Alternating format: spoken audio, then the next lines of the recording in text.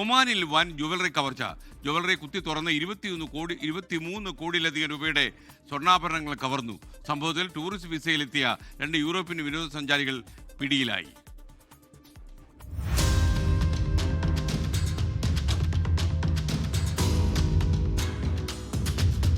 Muscat ഗവർണറേറ്റിൽ അൽ ഖുബ്ര പ്രദേശത്തെ ജ്വല്ലറിയിലെ കവർച്ചയുടെ ദൃശ്യങ്ങളാണിത്. ജ്വല്ലറിക്ക് സമീപം മുറിയെടുത്തായിരുന്നു കവർച്ച.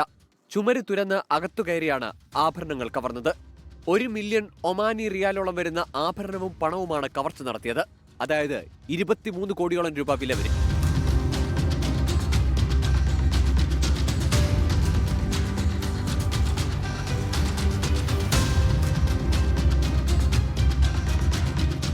സ്വർണം ഒളിപ്പിച്ച് നാട്ടിലേക്ക് കടക്കാനായിരുന്നു ടൂറിസ്റ്റ് വിസയിലെത്തിയ യൂറോപ്യൻ വിനോദസഞ്ചാരികളുടെ പദ്ധതി.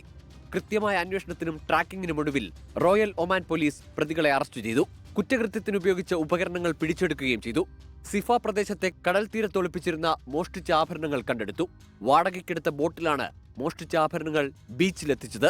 24 മസ്കറ്റ്. ലോകത്തെവിടെയായാലും ഏത് സമയത്തും 24 വാർത്തകളും ഓഗ്മെന്റഡ് റിയാലിറ്റി പാക്കേജുകളും എക്സ്പ്ലെയിനറുകളും വിശദമായി കാണാൻ ഞങ്ങളുടെ യൂട്യൂബ് ചാനൽ നിങ്ങൾക്ക് സബ്സ്ക്രൈബ് ചെയ്യാം.